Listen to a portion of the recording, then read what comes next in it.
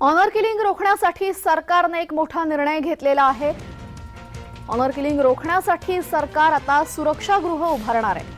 आंतरजातीय आंतरधर्मीय विवाह करणाऱ्यांना आता संरक्षण मिळणार आहे।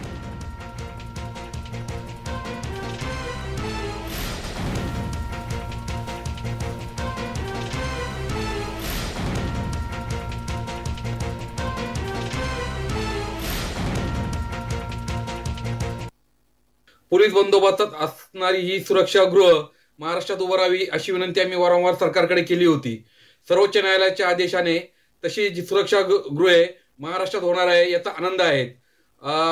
विवाह करू इच्छिणाऱ्या किंवा झालेल्या जोडप्यांना जर कुणाची भीती असेल, धाक असेल तर त्या ठिकाणी त्यांना 1 वर्षापर्यंत सुरक्षा सहित रहिवासाची सोय करण्यात येणार आहे। हे आनंददायी आहे। त्यामुळे ऑनर किलिंगचे प्रमाण घटेल असं आम्हाला वाटतंय।